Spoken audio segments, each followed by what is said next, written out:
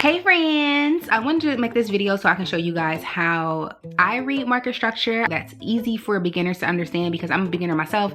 I've only been trading for 4 months and I'm so excited that you guys are going to be on a journey with me to become a profitable trader. I'm going to break down market structures to make it easy for you to understand the way that I see it. Hopefully it can be helpful to you guys. So let's get into the chart. Okay friends, so let's get into it really quick. So I wanted to show you guys exactly what this looks like. So whenever it's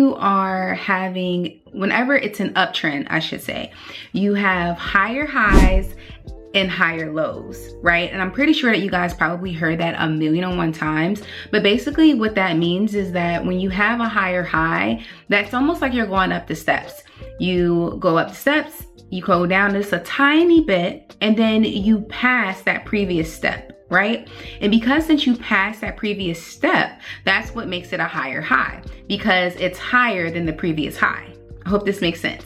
So that's why it's considered higher highs, higher lows, higher highs, and higher lows, mainly because you're making, even though you're making new highs, you're still in an uptrend. So whenever it's low in an uptrend, it's considered a higher low. I hope you're with me, okay?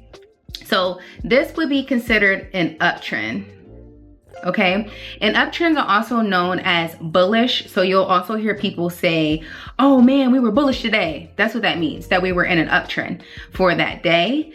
Or you'll also say, dag man, I took longs.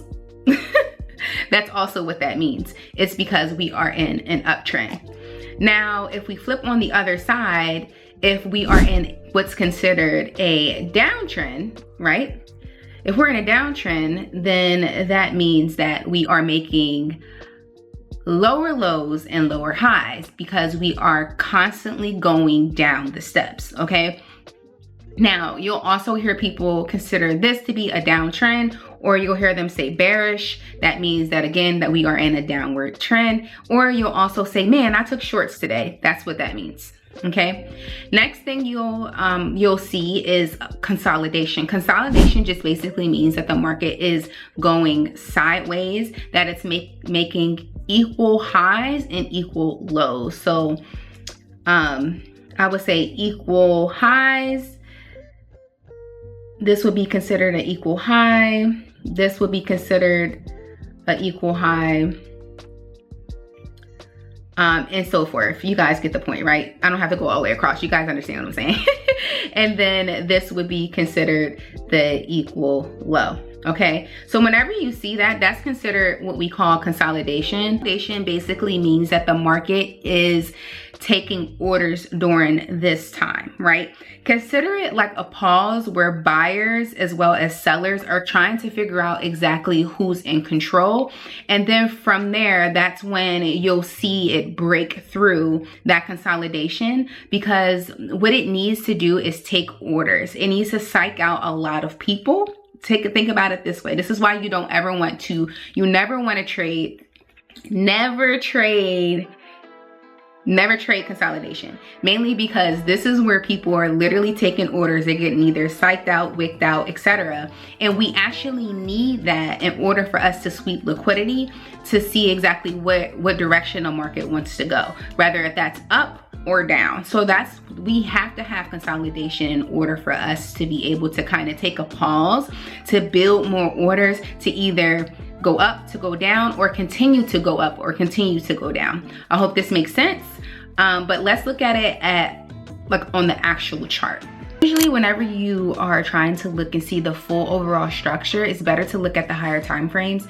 The 1 hour, I feel like the 1 hour or even the 4 hour is going to be the most clear to really see what the market is doing. So as you can see, so let me see if you guys can let me know what areas are which, but I'm going to kind of mark it up for you guys. You can see here that we have like a little bit of consolidation in this area, right? So I would label this as consolidation.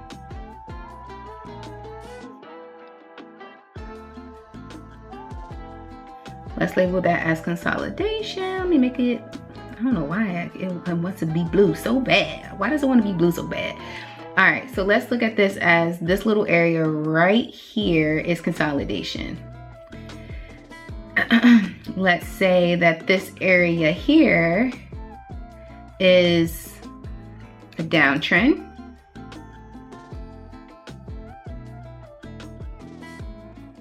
And then we can label this area here an uptrend.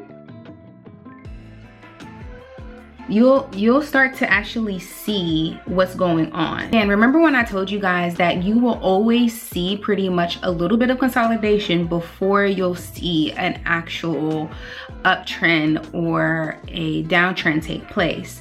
So if I was to actually show you guys this on the actual chart, you can see this is clearly an uptrend here. You see we are making higher highs, higher lows, higher highs, higher lows, etc. Then you can always see where, okay, there's a little bit of consolidation, price drops. There's more consolidation to take more orders for us to drop down more. You see, you can literally see how it's kind of reversing and changing on us. It goes back up, consolidates a little bit, drops back down. Consolidating a little bit, goes up, consolidates a little bit, drops down. This is literally a repetitive thing that happens constantly. And that's usually how the market moves, especially with NQ. NQ is the only instrument that I trade because, again, I've only been trading for 4 months. So I'm trying to learn the personality of one. You're honestly able to see exactly what's going on in the market if you just take your time and to try to read the charts. I don't really use a lot of indicators much at all, but this is probably the only indicator that I use on my chart. And indicators are basically just things that help you with your charting. They help you be able to see certain things clearer, so you can see breaks of structure. So anytime we call a break of structure, it basically means that whenever I told you guys about the consolidation, when it consolidates, or I should say, this is probably a good one. When it consolidates, this is perfect right here, but you can't see it because of the measurement thing here. Let me delete this. Because of this consolidation here, you can see that it broke structure to the upside. So whenever you hear someone say break of structure, that's what they mean. And break of structures are all throughout the market. So you can have a break of structure if you're trading candlesticks. You can have a break of structure if you're actually looking at the market as a complete whole. No matter what you're using, ICT, supply and demand, however you trade, even if you're trading candlesticks, there's always going to be a break of structure. Like if you are trading on a 5 minute and you were to zoom in, you can see here that it's clearly from, I would say, from here to here, we got a break of structure here. So that was to the upside, drop back down, but we still didn't break this low. It's still respecting it, which means that it's most likely going to go back up. So, I mean, that's something to consider.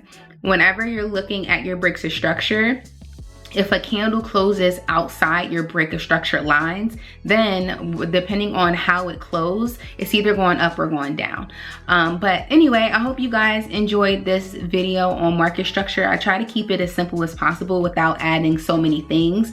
But if you like a separate video on liquidity sweeps, just liquidity in general, or just on break of structure, let me know, and I will definitely make another video on that. Again, I've only been trading for 4 months, but I'm definitely really passionate about it. I've been studying nonstop for hours and hours on end. So I do know what I'm talking about, and I can't wait to like show you guys like my profits and stuff like that with my journey. But anyway, until next time.